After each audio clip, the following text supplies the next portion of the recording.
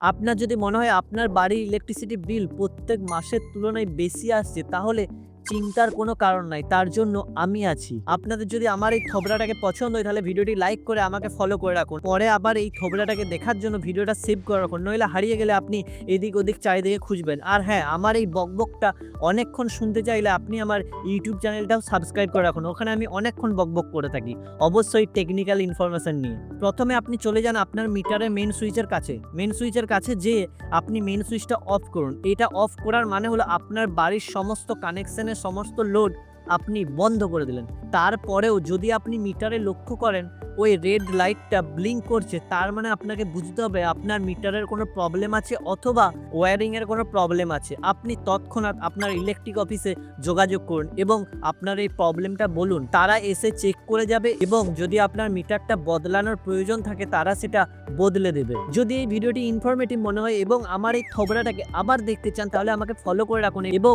আপনার বন্ধুদেরকেও শেয়ার করে দিন। তারাও দেখুক তাদের ইলেকট্রিসিটি বিলটা ঠিক আসছে না তাদের খরচ করার চেয়ে আরো অনেক বেশি আসছে।